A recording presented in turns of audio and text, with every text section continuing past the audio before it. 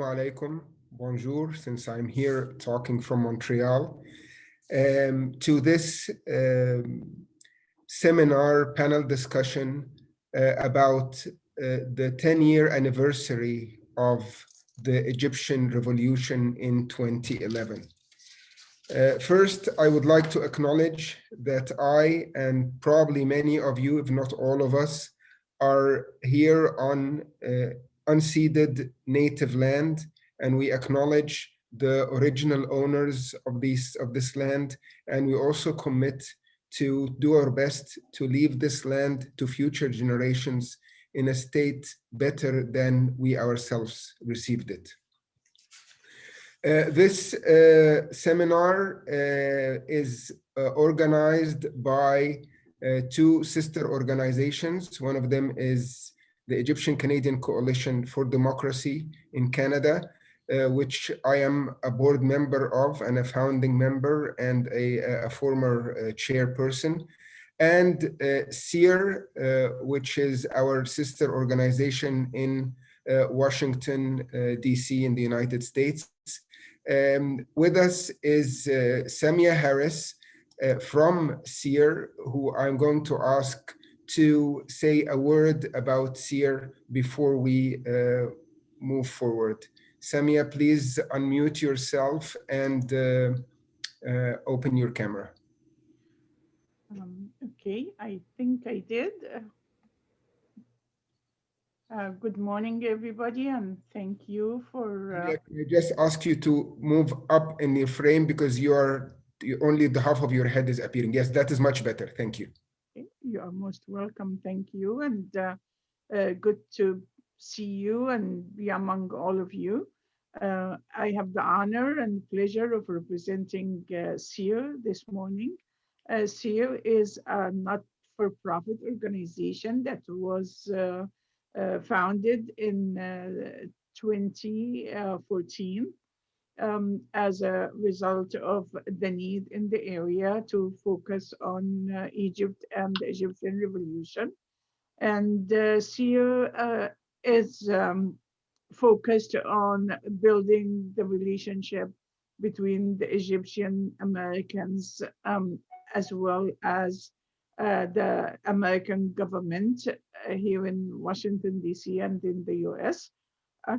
To expand on the knowledge of what is happening in Egypt and the need for change and the need to stand with the Egyptian population and not necessarily the Egyptian government.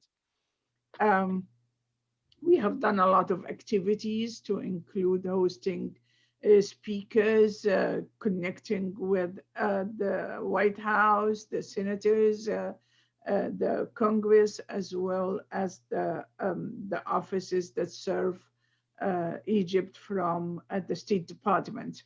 And with that, we try to inform them on the updates on the abuse of the Egyptian government and the need for change, as I said.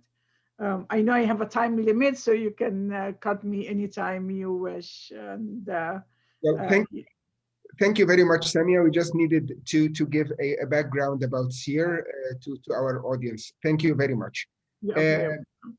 I will also just say a couple of words about the Egyptian-Canadian Coalition for Democracy. It's a pan-Canadian coalition with members spanning across Canada from east to west. It was established in September 2013 as a response to the coup that happened in Egypt.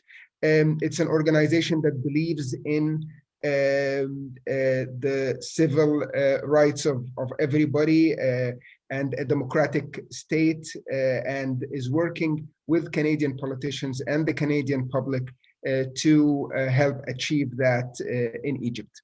The Egyptian-Canadian Coalition for Democracy has also been a founding partner of many international bodies that work for democracy in Egypt, like Egyptians Worldwide for Democracy and the Egyptian Revolutionary Council, which were established in 2013 and 2014.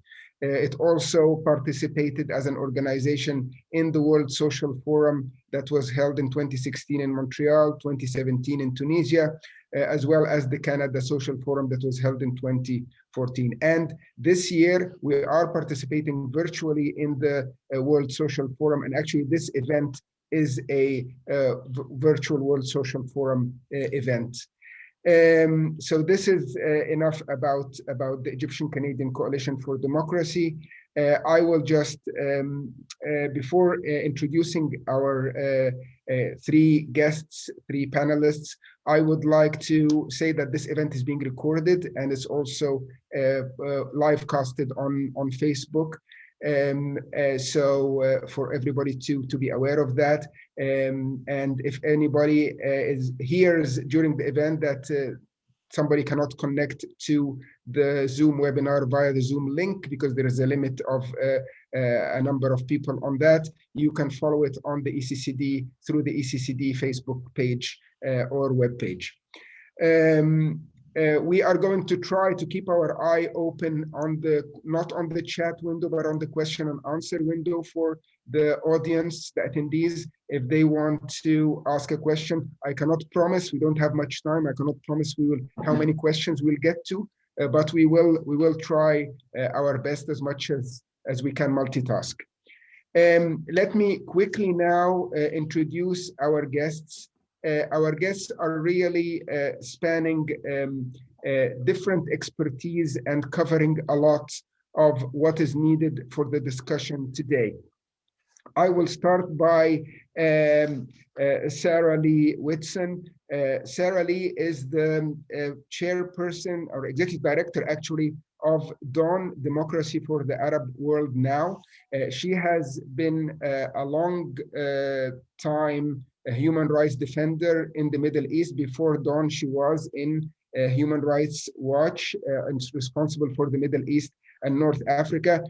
She has numerous contributions in the media and in the human rights work for Egypt and the Middle East in general, and worldwide, actually. So welcome, Sarah Lee.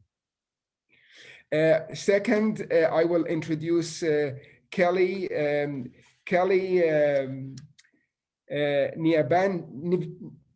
Nivyabandi. Sorry, Kelly. Kelly Nivyabandi is newly appointed as the General Director of, I hope that is the correct position, of Amnesty International Canada. Just a few months ago, she has a long history in writing, in political activism, human rights in Canada and in her home country of Burundi. So welcome with us, Kelly. And last but not least, I will introduce my colleague in the Egyptian-Canadian Coalition for Democracy, Yaser Haddara. Yaser is a founding member as well of the Egyptian-Canadian Coalition for Democracy, and he is a professor of electrical engineering in McMaster University. So without further ado, I'm going to start by opening the floor for the discussion by just an opening question I'm going to ask each of the panelists. Recently, I was watching Les Miserables, and it caught my attention, a song that Gavroche sings in the musical. There was a time we killed the king. We tried to change the world too fast. Now we have got another king.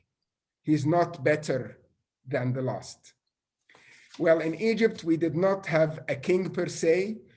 We did not kill anybody, but I think there are lots of parallels, and he's not better than the last, but in my opinion, he is worse than the last.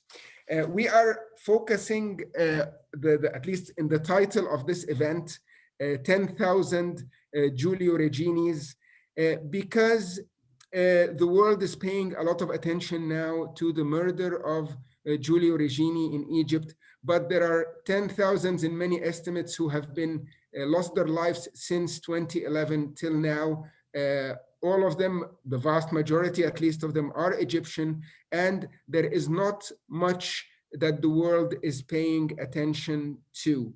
So I will start with a question actually to Kelly and say, what is the situation of human rights in Egypt today? Thank you, Ihab. Can you hear me? Can you all hear me well? Thank you, Ihab, and thank you for this invitation. It's really it's a sobering anniversary, and thank you for those images. Kelly, your voice is going in and out. I don't know. Could you try again, please? And can everybody else maybe mute themselves? Maybe that would help. Right, can you hear me now? Yes. Okay. I'll start again, and if not, sound has been the biggest issue right now that we're in a pandemic. I'll start again and let me know if you can't hear me, and then I can try something else with earphones. No, I was thanking you for this invitation. It's wonderful to be with all of you as we mark this really sobering anniversary. I think that's what I was beginning to say. And the images that you displayed at the beginning, I think just ground us into what has happened over the past 10 years. And so I am here first and foremost in solidarity with the people of Egypt, Egyptian people, particularly those whose rights have been abused and violated over the past 10 years. My name is Ketty Nivyabandi, and I am the Secretary General of the new Secretary General for Amnesty International. That's my position, replacing the much loved Alex Neve, who recently left the organization. And what I can tell you, in fact, in the very first, perhaps a month into my appointment, one of the very first files that I was already working on was the Egypt file, with the arrest, as you may have heard, of leaders of the EIPR organization, which is a leading human rights organization in Egypt. So what I would say from our perspective is that we really think that this is a critical juncture for human rights activists, for human rights organizations, and a wider struggle for human rights in Egypt.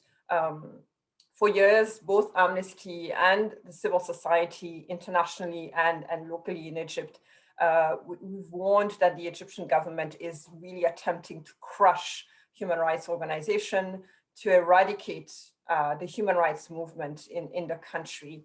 And the recent attack against EIPR, so a couple of months ago, as I just mentioned, for instance, it's only the latest example. And it really is just a really sobering illustration that Egyptian authorities can close the few remaining human rights organizations. And it's also an illustration of the terror and the constant threat that human rights defenders live with in Egypt today. This constant, now nearly decade-long pattern of brutal forms of repression, which must be challenged if otherwise we will be facing a greater escalation. Already what happened in November is an extremely bold statement. And what we're seeing is a sense of absolute disregard for human rights, and a new boldness that's definitely in those arrests, and a sense of being untouchable from Egyptian authorities. And so, this latest arrest and investigation of senior staff, who, by the way, were charged with terrorism charges. And I'll come back to that in a minute, because we're seeing that really used as a tool. It just represents an unacceptable attack that we really must tackle with great urgency and great unity around the world. It also, I think, demonstrates, because the IPR is an established organization, so it demonstrates the determination to escalate these attacks against all other human rights defenders. So you can imagine if this is what happens to a really well-known organization. And these leaders, by the way, were arrested right after meeting with the ambassadors of a large number of countries, including Canada. And so that boldness really should be telling us something. And even though they were eventually released after enormous global pressure, they really should never have been arrested in the first place. And so these threats to the remaining human rights organization continues, and they continue to face arrests, arbitrary detention, torture, enforced disappearances, prosecution, and travel bans, simply for advocating for human rights. And so we are gravely concerned about the situation in Egypt today. And in fact, tomorrow, Amnesty will be releasing a specific report on the state of prisons in Egypt. We researched 16 prisons, and we're looking at how medical negligence is used as a tool to really further silence anyone who's been detained.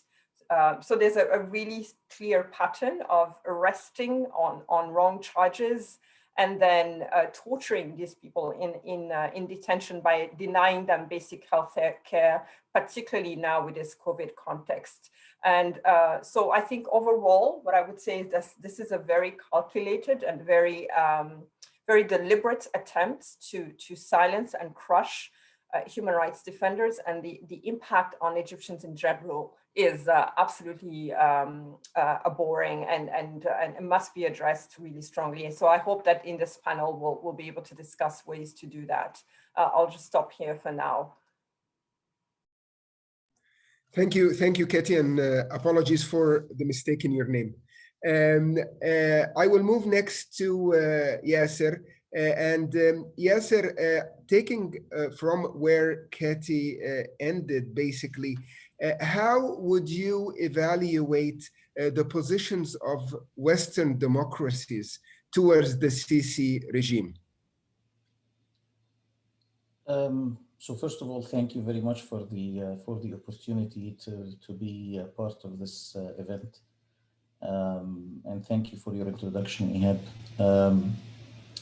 Really, the response of Western governments, and we can speak about Canada and we can speak about other governments, has been hypocritical, shocking, inconsistent, and very damaging.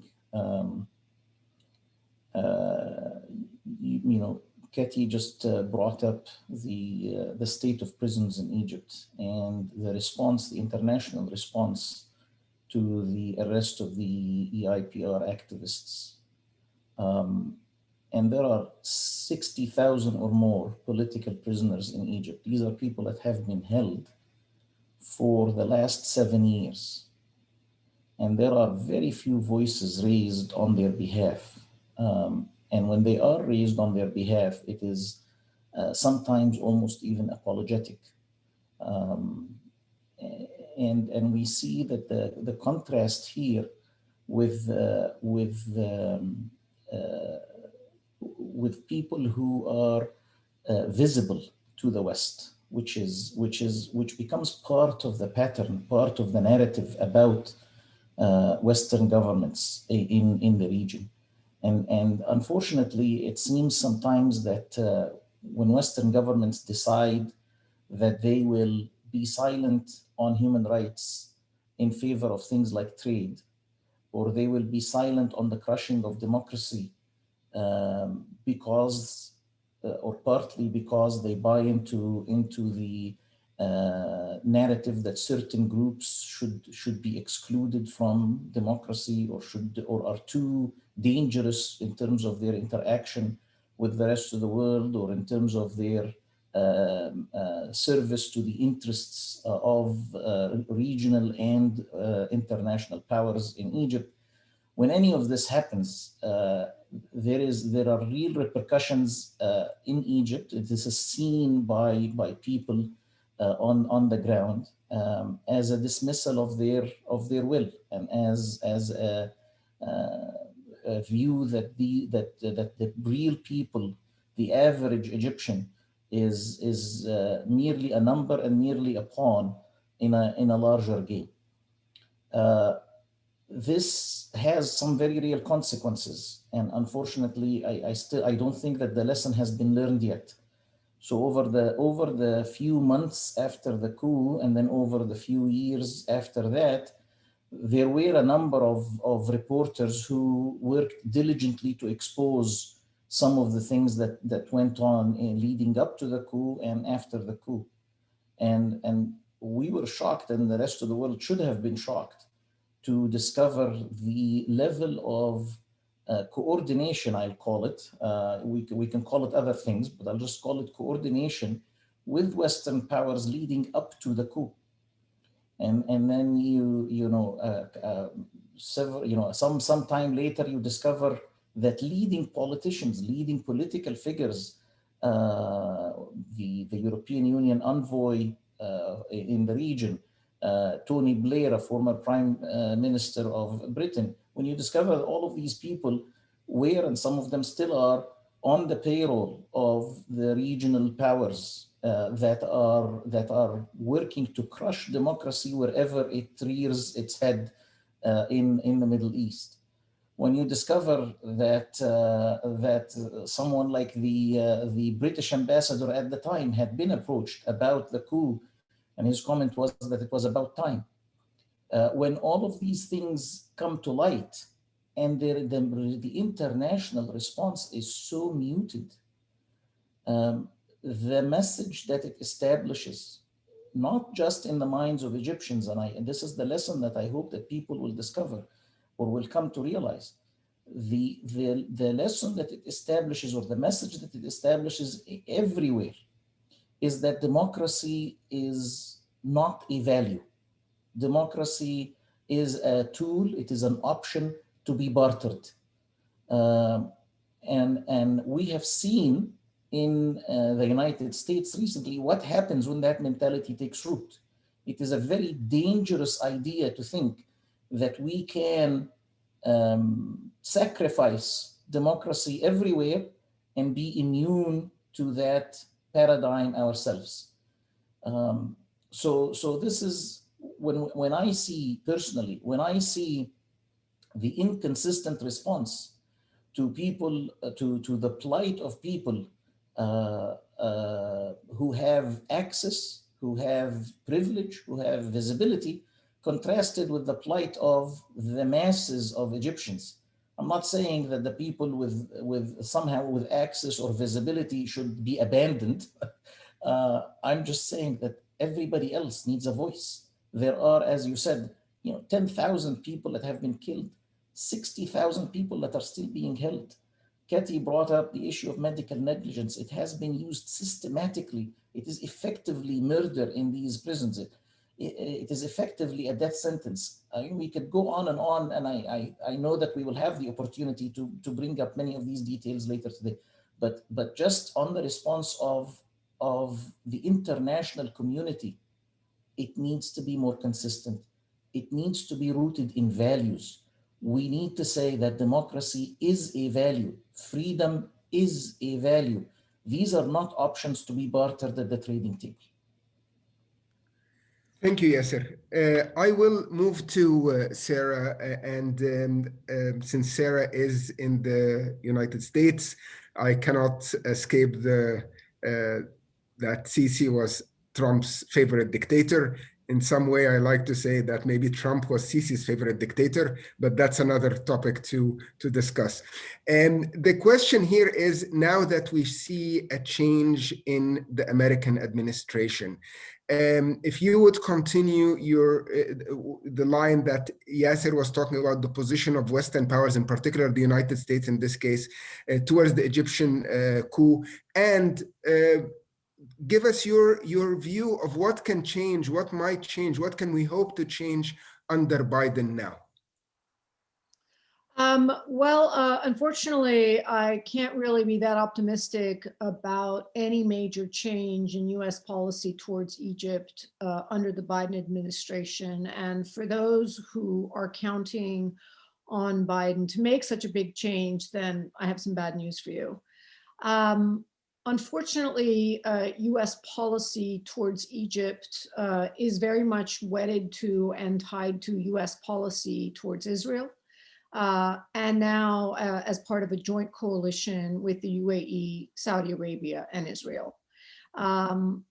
Egypt's own significance, military significance, diplomatic significance has dramatically shrunk over the past decade, over the past several decades, with the emergence of the petrodollar fueled Gulf states, particularly Saudi and UAE, which have been using their military muscle and their wealth to control and influence and dominate the region, but also American politics. I don't expect that President Biden is going to fundamentally rethink America's approach to the region, which is tethered to maintaining the status quo, particularly for Israel, which means continuing to support the Egyptian government with $1.3 billion in military aid, as well as military sales to Saudi Arabia and the UAE. You know, of course, Biden promised that he would end military sales to Saudi Arabia in November 2019, but I don't think that's going to happen. And you know, part of the reason for that is that it's very difficult for Biden to take decisions or make policy with respect to Egypt that is independent of its coalition with the other governments. Whereas before one might have had only the military industrial complex continuing to lobby for continued arms transfers, the gift of weapons to Egypt, as well as maybe a bit Israel, now you have the entire coalition strongly supporting and defending continued support from the United States for the military government in Egypt because of its role as part of this coalition. I think you will definitely see stronger rhetoric from the Biden administration, a stronger expression of concern about human rights abuses by the Egyptian government. Maybe even pressure to release some detainees, maybe some pressure to improve medical conditions in prisons and detention centers. But I don't think you will see any kind of pressure for dramatic reform that ultimately is the only way that the Egyptian government stays in power, and that's by brute repression. Giving up on or reducing brute repression means that the military government risks losing power. Because the reality is that the only thing that keeps this government in power is its absolute repression. It's not a government that's won any sort of an election. And it took power by a military coup. Certainly there's some support for the Sisi government within Egypt, but not enough support for the government not to fear its own citizens. So it's not just human rights activists who end up in jail. It's everyone and anyone who has basically an independent basis of support in the country that is a threat to them. And that's why you have actors and writers and musicians and bloggers and TikTokers arrested, and doctors arrested if they question COVID, and lawyers arrested if they defend other people who are being persecuted, and journalists who question any aspect of the narrative that the Egyptian government is proposing.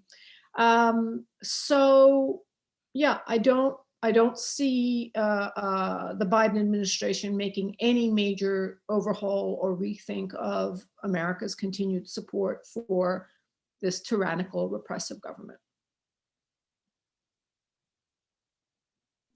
Before we go to the next question, I'll just follow up, Sarah, and ask the Europeans, and particularly Italy at this point, are raising more and more the bar because of the case of Giulio Regeni. Do you think that will get anywhere, or would cause any kind of change, or do you predict that it will just fizzle away and die because of all what you and Yaser as well mentioned regarding the international climate towards Egypt?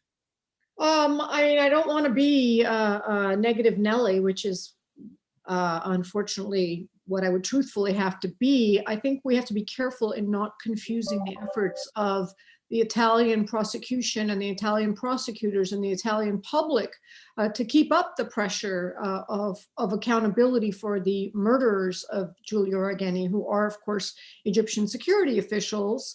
The Italian government has resumed arms sales to Egypt and resumed a relationship with Egypt. And so, no, I don't think it's going to go far. And we will continue to see strong resolutions coming from the European Parliament, God bless them. They are far ahead of any individual state. And so we have this bizarre dichotomy where you have the European Parliament strongly condemning the Egyptian government for its brute repression, for its thuggish behavior, as Yaser was saying, or you were saying actually in the beginning, far, far worse than what we had in the prior dictatorship, unparalleled in Egyptian history. But then we have Emmanuel Macron secretly giving the General El-Sisi a Legion of Merit award, or whatever the French award is called, because he wants to sell him more arms. He wants to sell him more weapons. It's really quite despicable. But I think it is an indication that, unfortunately, European states, American states, like probably most states around the world, are in a race to the bottom, putting their profits and their short-sighted interests ahead of any actual national security interests or values-oriented interests. Sadly, I think this will come back to bite them in the ass, but not before it continues to do great harm to the Egyptian people. Thank you. I have a number of questions that I would not direct them to anybody in particular. Whoever would like to respond, please jump in, unmute your mic and go ahead. The question I have is how, and this is, I think for most of us it could be clear, but I think for many it is still not clear. How would you compare the state of both freedoms and development in the 1 year 2012-2013 to the status of Egypt from all aspects between 2013 and which is going on till now? It's actually just getting worse or staying the same in the best case for those years. How would we compare the two, and what are the factors that affected one being better than the other, or the rise or the fall of quality in those aspects? Ehab, you'll need to call on me to speak up because I'm too sensitive about easily monopolizing the conversation because I have a big mouth. So I'm going to wait for your cue. Well, yeah. We're very happy for you to monopolize the conversation. I mean, what I would say is that we don't have enough data to really judge the Morsi government's performance for the 9 months of its existence. Sadly, it just didn't really have any chance to fail or succeed because it was sabotaged and destroyed from the first minute of its election. And obviously there were efforts to sabotage the election even before the election took place. And frankly, I think that the military and interior ministry, coupled with the Saudi and UAE, would have attempted to destroy any government that was going to have been elected in Egypt that was not under their thumb and control. And of course, any democratic government would by definition not be under their thumb and control. So the notion that this all happened purely because it was a Muslim Brotherhood government, I think is false. I think if there was a secular liberal democracy in Egypt, they would have tried to destroy that as well. But be that as it may, it was, a very short-lived government, and I really don't think there's a fair way to measure it because, for example, even things like that people point out to me all the time, there were very long gas queues and crime went up and so forth. Well, but there were also deliberate attempts by the Interior Ministry to create fuel shortages. There was a deliberate pullback of police in the streets to show an uptick in general crime and petty crimes that would make people feel that there's going to be disaster if there's democracy in Egypt, particularly if it's an Islamist democracy in Egypt. So there was a constant stream of saboteurs attempting to cause harm in Egypt in order to make the government look bad, which is, horribly treasonous, of course, but there you have it. What I would say is that I think from the little experience that I had with the Morsi government, at least for the 9 months which it was in power, it had a sincere effort to demonstrate a positive face to the international community in terms of its human rights record. And whenever I've gotten into arguments and debates with people about the Muslim Brotherhood's rule in Egypt, I always challenge them to tell me, what is it that they did wrong? Did they kill a journalist? Did they force niqab or hijab on women? Did they make religious education mandatory in university? What is it that they did that makes you fear and hate them so much? Well, they were just pretending. Okay, they were pretending. Maybe they were pretending. But the outcome was that their human rights record was actually a positive one. Would they have turned bad down the line? Maybe, we don't know. We only have that little period of time to measure. In contrast, we have a long data period for the Sisi government, which from its very inception, of course, came about violently and cruelly, commencing with the second largest massacre of protesters in world history after Tiananmen Square. And of course, that was the Rabaa massacre. It is a government that was born in violence, that was born in oppression. And since then, what I would say, remarkably, as I've seen Egypt over the past, several decades that I've studied and worked there, is that it has become like Saddam era country. It has become like a Assad era, and I'm thinking of the prior President Assad era country, where Egyptians are afraid to speak, where Egyptians are afraid of each other, where Egyptians are afraid of being spied on and turned in and disappeared into prisons. And I don't think there has ever been this kind of reign of terror in Egypt's history. It's terrifying. I mean, you can look at other indicators as well. Spending on education is down. Spending on health is down. The literacy rate is actually down. Certain sectors of the economy are booming. That's clear. The rich are clearly making out like bandits. The military budget is growing. The military is making gazillions by monopolizing the economy. But in terms of the human rights indicators, General Sisi is the absolute worst that Egyptians have ever seen. I can jump in a bit on that.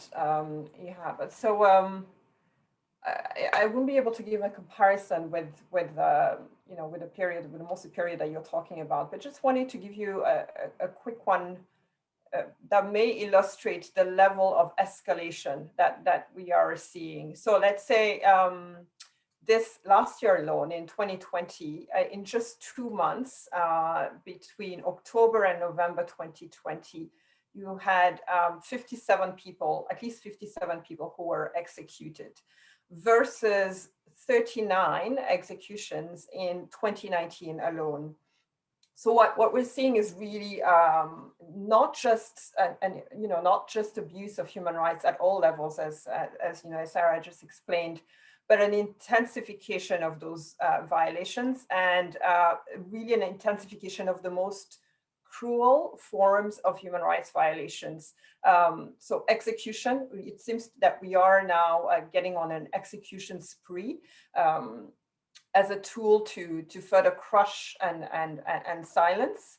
And then these numbers are just, there are estimates, right? Because we don't have sufficient, we're not able to fully measure. Obviously, the Egyptian authorities don't share these statistics nor monitor them, which is why on our end, certainly we're calling for beyond action. We're also calling for proper monitoring, independent monitoring of the human rights situation in Egypt right now. So for the upcoming Human Rights Council in Geneva this March, we're really calling for the establishment of an independent monitoring and reporting mechanism that can really assess and put clear figures on all these estimates that we have, because what we're seeing is not just, as I mentioned earlier, violations. It's violations that are occurring sometimes that are twice, 3 times, 10 times worse from one year to another, with a very clear intent to silence any voice, as Sarah just said, any voice that challenges the Egyptian authorities on anything. Yeah, so I just wanted to put that in, the element that one of the things that could be done certainly by the international community, but not just relying on states, as you so rightly said earlier. Egypt is a bilateral, for instance, trade partner with Canada, and we're seeing a response that is not equal to the one we see with China, for instance, right? So we're not seeing the same state responses that we should be witnessing. And there are obviously there are trade considerations there. There's the fact that Egypt has been seen as a counterterrorism ally. And I think it's important to not just rely on these states, but also rely on raising awareness globally, with movements around the world, with people, again, in Canada, not just speaking to Canadian officials, but making the Canadian public aware of what is happening, so that pressure can also come from within. Otherwise, we're seeing, as Sarah mentioned as well, is arms sales going on, while at the same time you have public condemnation. So we need to hold these states accountable to the principles and the values that they claim to be upholding publicly. And so I just wanted to add that element of public pressure necessary in the West beyond just state pressure. Yeah, if I can just jump in and add just a couple of things. I agree wholeheartedly with everything that Sarah and Ketty have said.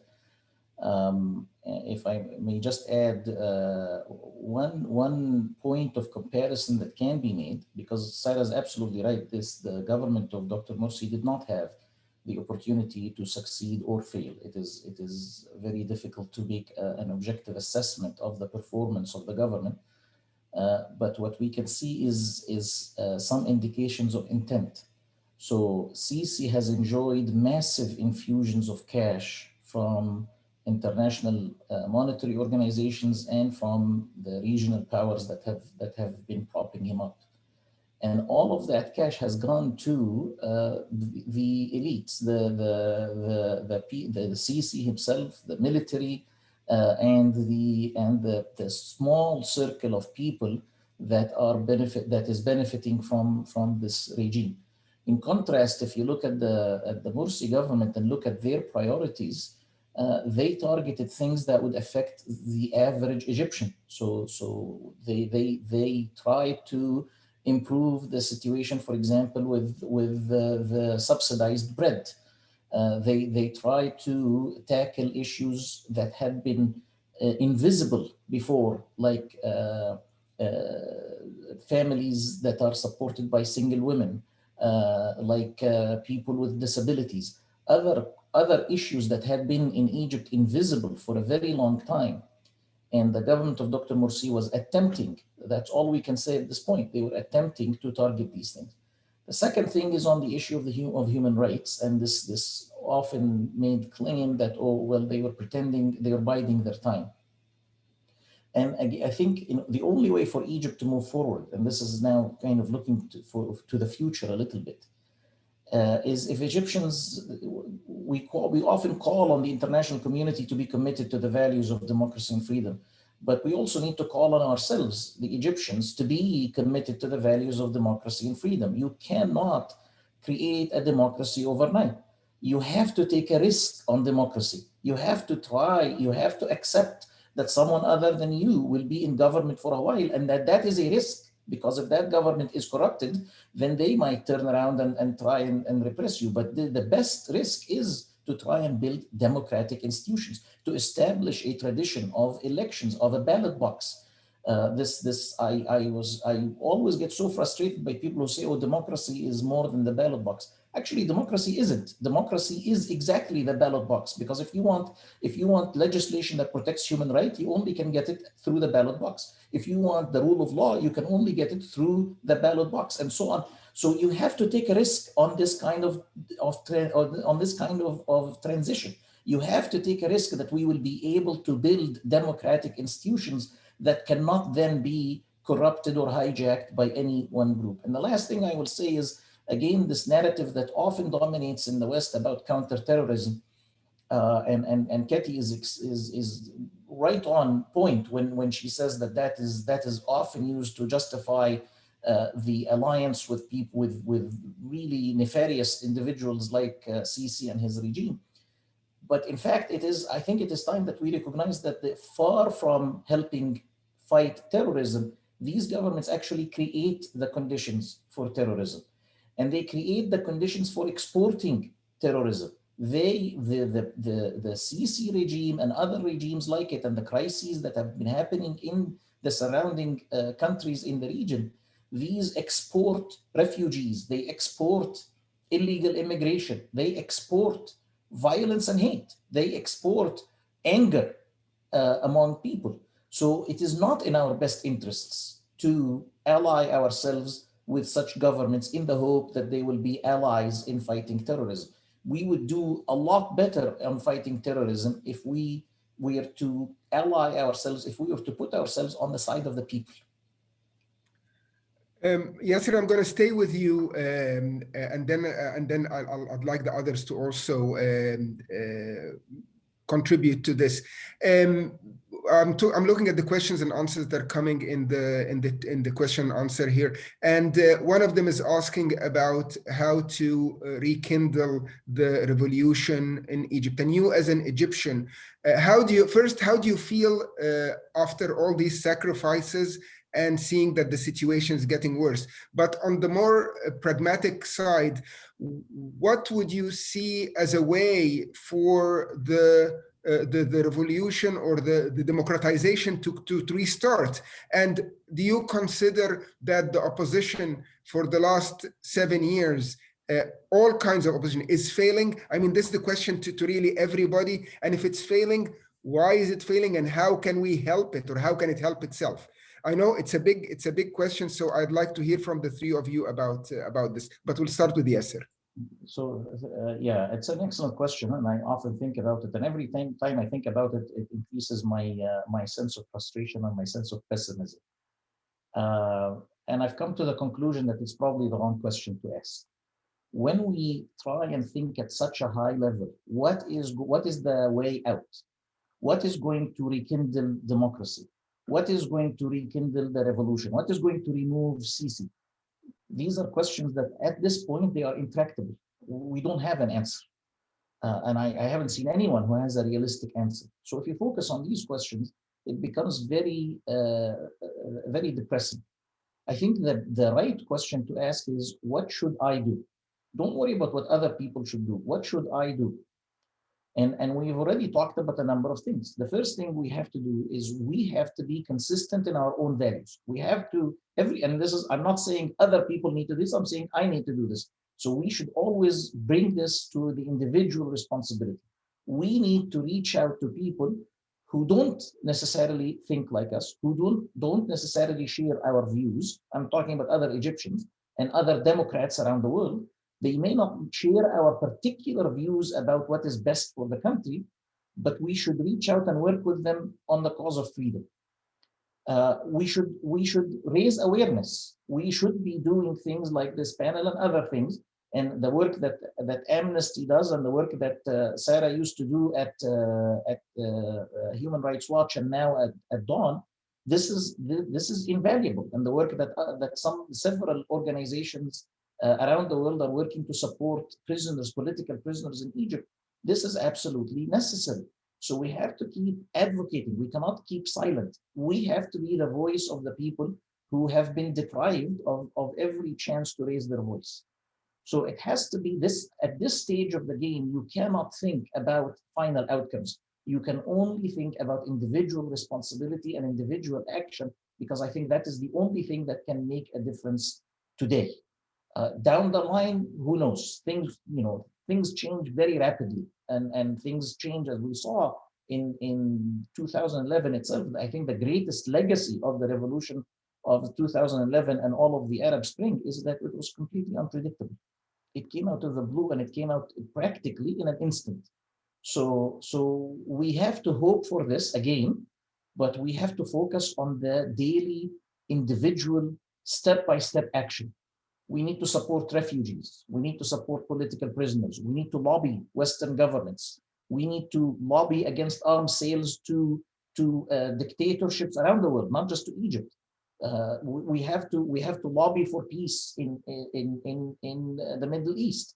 We have to lobby for justice for our First Nations here in Canada, because I think it's all one piece. You either believe in freedom, justice, and human dignity, or you don't.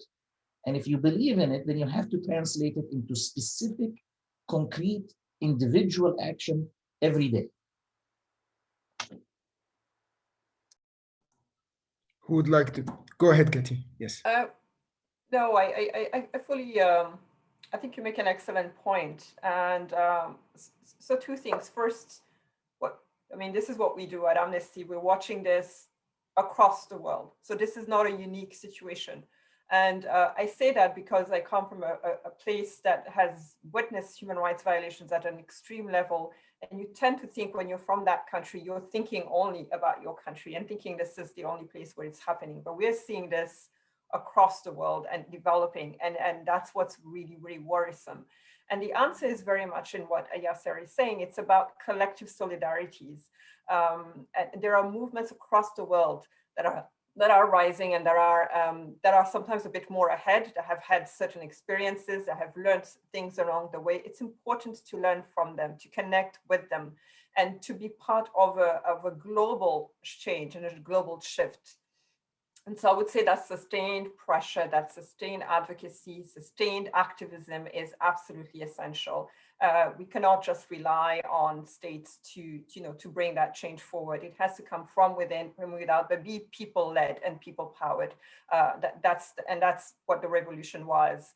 Now, the other thing, I think it's really important to be clear about the kind of change that you are looking for. So we at Amnesty, obviously, we are an apolitical organization, but I say this because, as you so rightly said in the beginning, citing Les Miserables, sometimes you wish for a different king, and the new king is worse than the previous one. And that often happens in situations like this because you have not been really clear about the kind of change that you want. And you can be so desperate as a nation sometimes to want to shift at any cost that sometimes we overlook what it is that we want to see. And I would say that grounding the change that you're looking for in human rights is really essential, and grounding them in the values of justice for all, of dignity for all, and freedom for all will become a guiding light, and will enable to keep checks and balances on whoever else comes after that. Because we cannot just rely on a new person or a different government to come in and bring the solutions. It's always, that power is always residing with the people, and using those values of freedom, justice, for all as really a pathway to what it is that you want to achieve. So I would really say that, be very clear about what kind of Egypt and what kind of society and what kind of values you want to live by, and knowing that there are so many across the world who are fighting this fight, who are in this movement, and who are ready to be in solidarity with you all.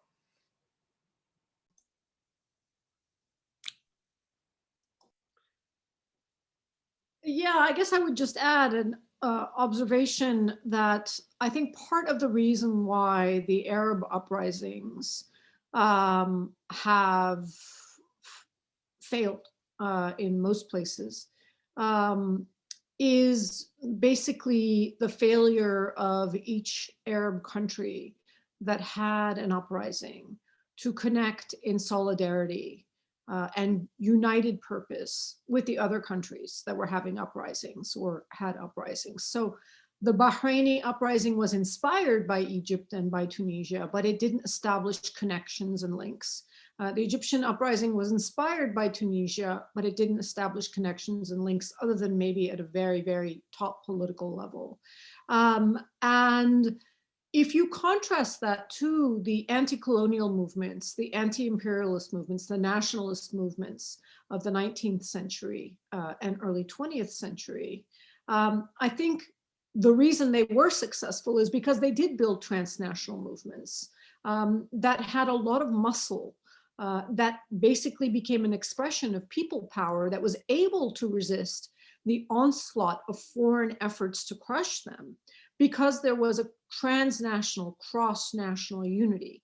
And one of the reasons why the Muslim Brotherhood in particular is so terrifying to the prince royal dictators in the Gulf and so forth is because they know that it has a transnational basis of support that the Tunisian national movement on its own did not, and so forth.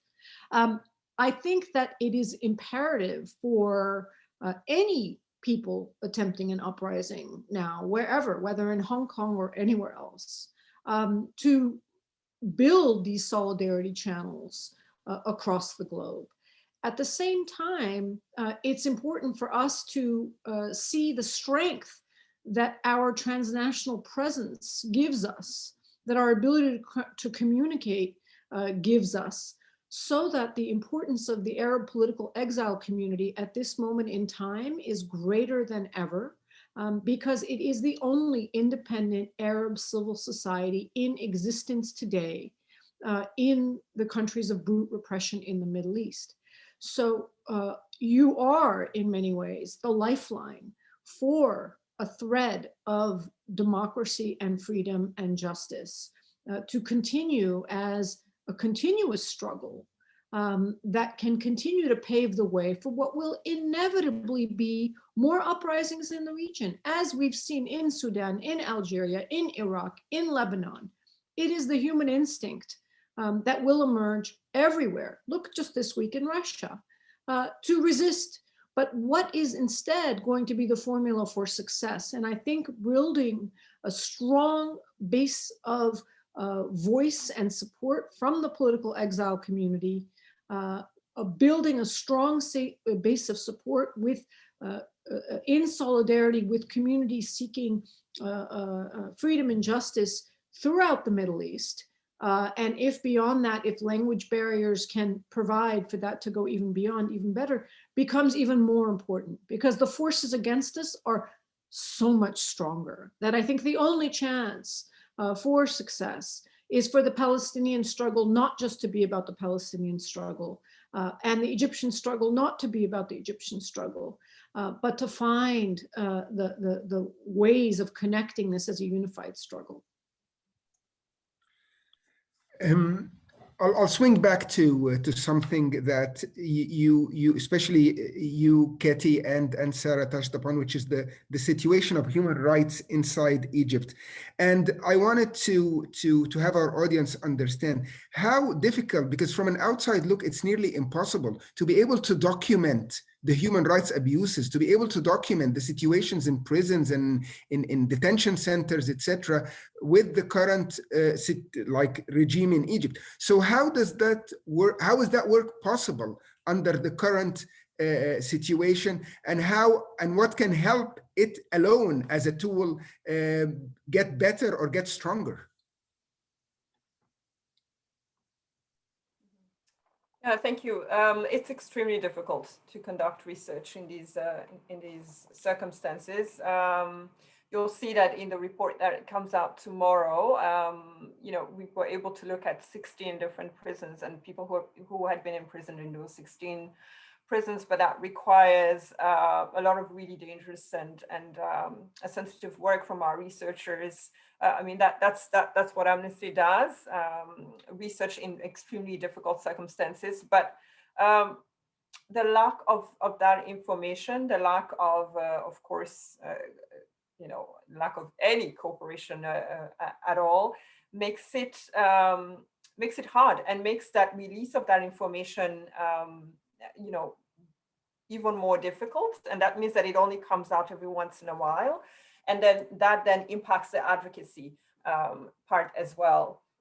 And so, I would say, I would love for our Egyptian researcher to have been on the call here to share a bit more with you. And we're not always able to share all the details of how, we arrive to those. We conduct that research. It's very thorough, and because the impact can be so great, we take extreme great care to ensure that that information is accurate. But it's very, very difficult. And in the current circumstances, let's not forget that we're talking about this in the context of a pandemic that has been used, that has been instrumentalized to further limit access to prisoners, to limit access of prisoners to their families, but also to researchers. And we also know that prison authorities have greatly mishandled the pandemic. There's no coordinated approach at all. And in fact, there's often a lot of the report remains embargoed until tomorrow. But what I can share is that there've been deliberate not just attempts, but efforts to not take prisoners to health facilities outside of prisons on purpose. So we really see those health negligence used, again, as I said earlier, to further silence and annihilate especially the most difficult prisoners and often political prisoners. And that's a tactic that's not unique to Egypt. We've seen that elsewhere as well. But I just wanted to reiterate that it is a very, very difficult context. And we should see that as just the tip of the iceberg. That is what we're able to see. There's so much more that is not documented. And we know that in a human rights world, when you have a report of mass violations, it often is just a reflection of so much more that's ongoing. So that's what I would share from our perspective. I encourage you to look at the report that will come out tomorrow and further communication around that. Sarah? As Ketty was just describing, it has become increasingly difficult to investigate and document abuses, particularly the way that we used to in prior years when Egypt was an open country. It's not an open country anymore. Even the few international journalists who are there are hanging by a thread, facing deportation at any moment should they focus on information that the government doesn't want focused on. And it's just become very, very dangerous as well to conduct work, because people found to be communicating with investigators outside the country face severe repercussions, arrest, detention, and so forth. And the reason why the Egyptian government has so aggressively targeted and jailed human rights activists and journalists inside the country is because it doesn't want the information to get out. That being said, we're very lucky that Amnesty International and Human Rights Watch and Dawn is continuing to be able to find ways to get the information out about what's happening. detailed information about what's happening that exposes the government's lies constantly. So I don't think their efforts at closure is actually successful. Nobody thinks that Egypt is not a terribly repressive place. I think what I would add is that in addition to documenting and investigating the information, we need to spend as much time and effort advocating with the governments abroad who are supporting the Egyptian government.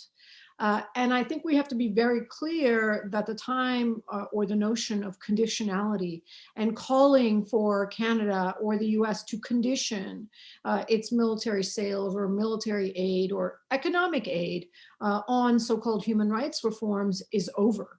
You know, for people who say, well, you know, we'll condition the military aid or economic aid on human rights reforms. I said, would you do that with Syria? Would you do that with the Syrian government? Would you do that with the North Korean government? Then why do you do it with the Egyptian government? The scale of the repression is perhaps a matter of numerical degree, but certainly not in extreme. And these governments are not interested in reform, and their very existence depends on repression. So the advocacy has to be focused on and centered on the harm that our governments are causing by continuing to provide support to the Egyptian government. And that's what's got to end. It's not about conditioning, because the conditioning never works. It's always waived. It always falls to political machinations and quote unquote geopolitical or national security interests. And what we have to do is press our own governments to stop their abuse, to stop contributing to the abuses of the Egyptian government, which is what its diplomatic support and military support does. Yaser, would you like to add something on this point? So I think we're coming sort of to a closing of our event. We've been here for an hour. I would like to give you a chance to cover anything that you wanted to cover that was not covered. Dr. Samia was very patient with us. She was listening. So I will start with her. I will give her a chance for maybe 2-3 minutes to give a closing word, reflection, and then I will go to the three of you for the same before we adjourn. Dr. Samia, please go ahead.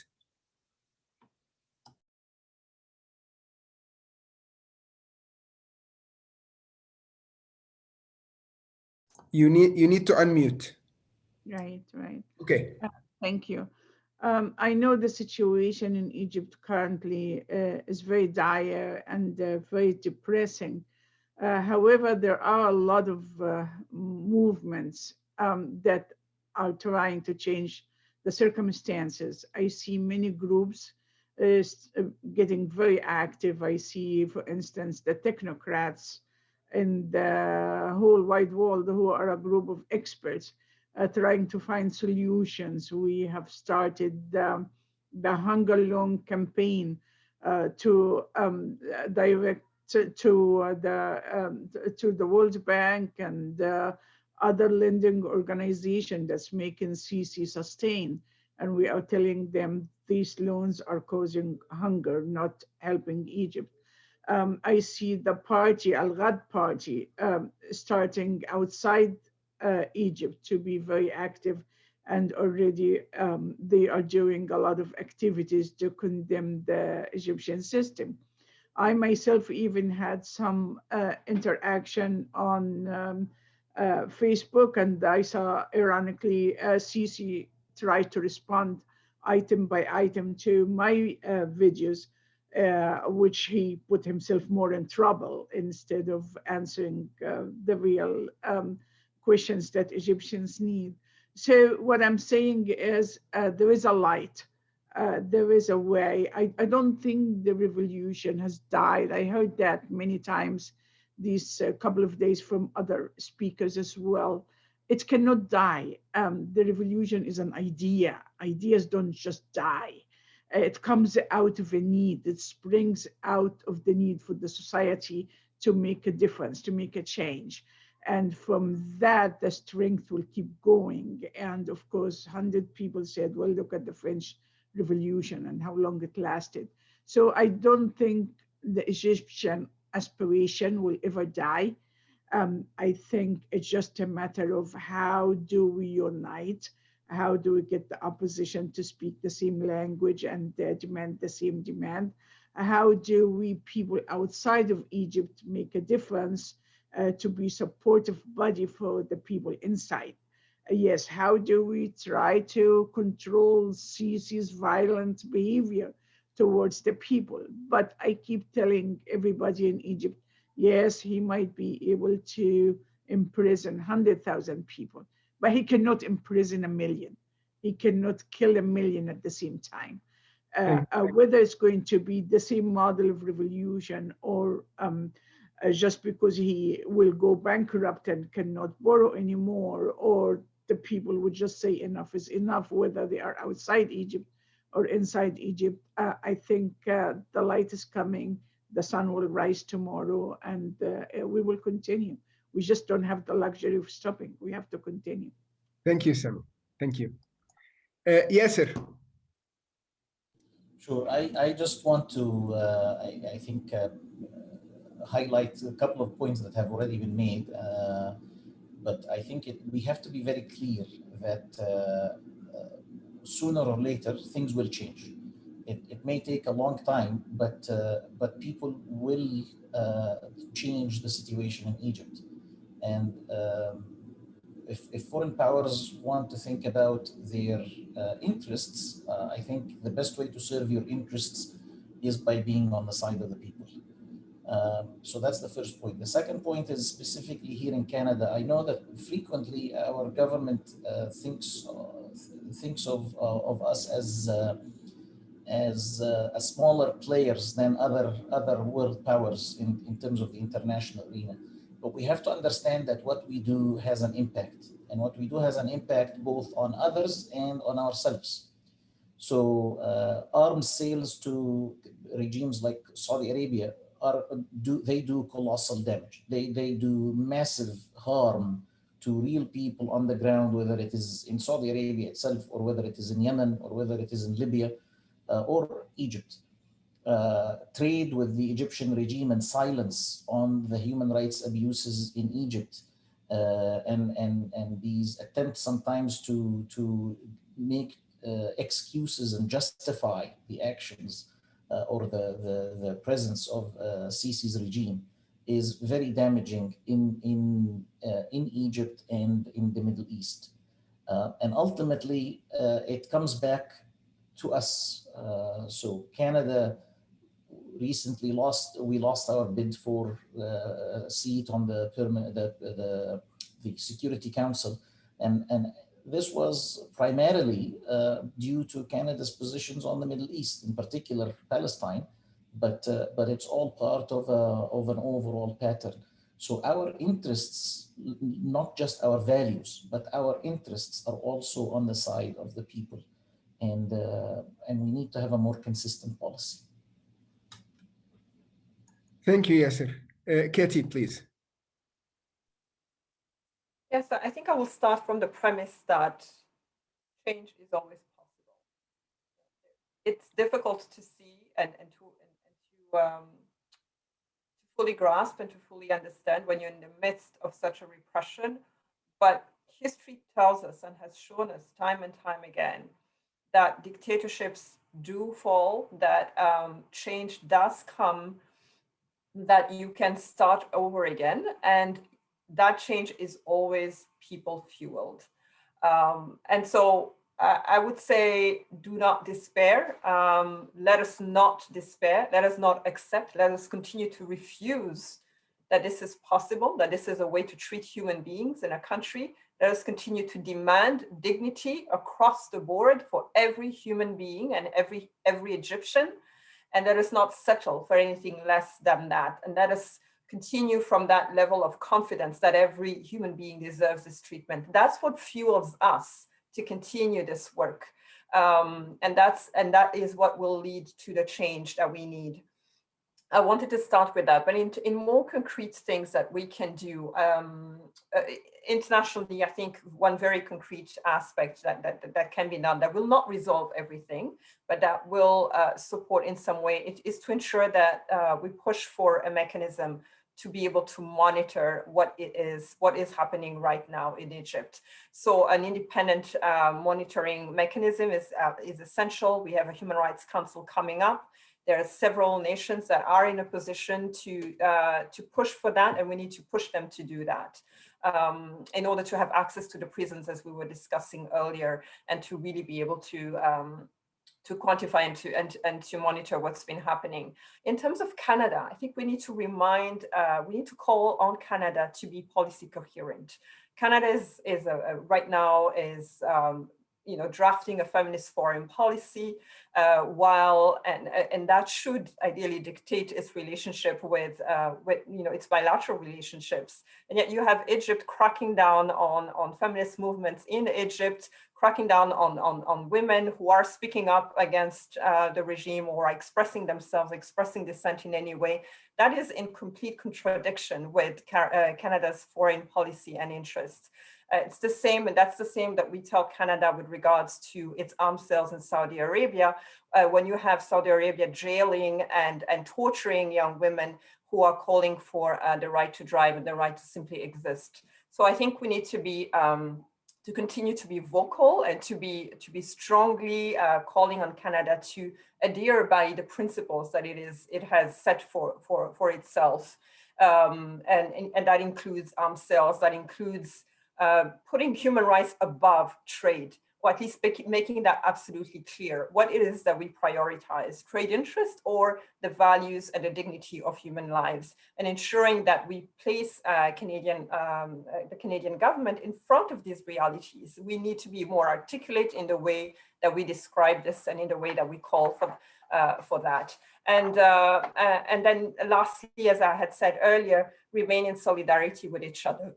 There are many people around the world who are fighting this. This is a wave that we're seeing across the world of authoritarian regimes who are standing and staying strong through repressive methods. It's not unique to Egypt. It's certainly horrible, but it's not unique. And we've got to rise together to face that with renewed energy and focus and hope, and really hope. And let me close with that. Thank you, Sarah. Just not to repeat what has already been said, I guess what I would say is, to thank you and thank you in the Egyptian diaspora, the Egyptian political exile community of Canada, for what you're doing. Not because it's a nice thing to do. It is a nice thing to do, but it's so important. I can't emphasize enough the significance of the Egyptian political exile community as a lifeline of support for the people of Egypt, and the role that you play in keeping the Egyptian dream of democracy alive.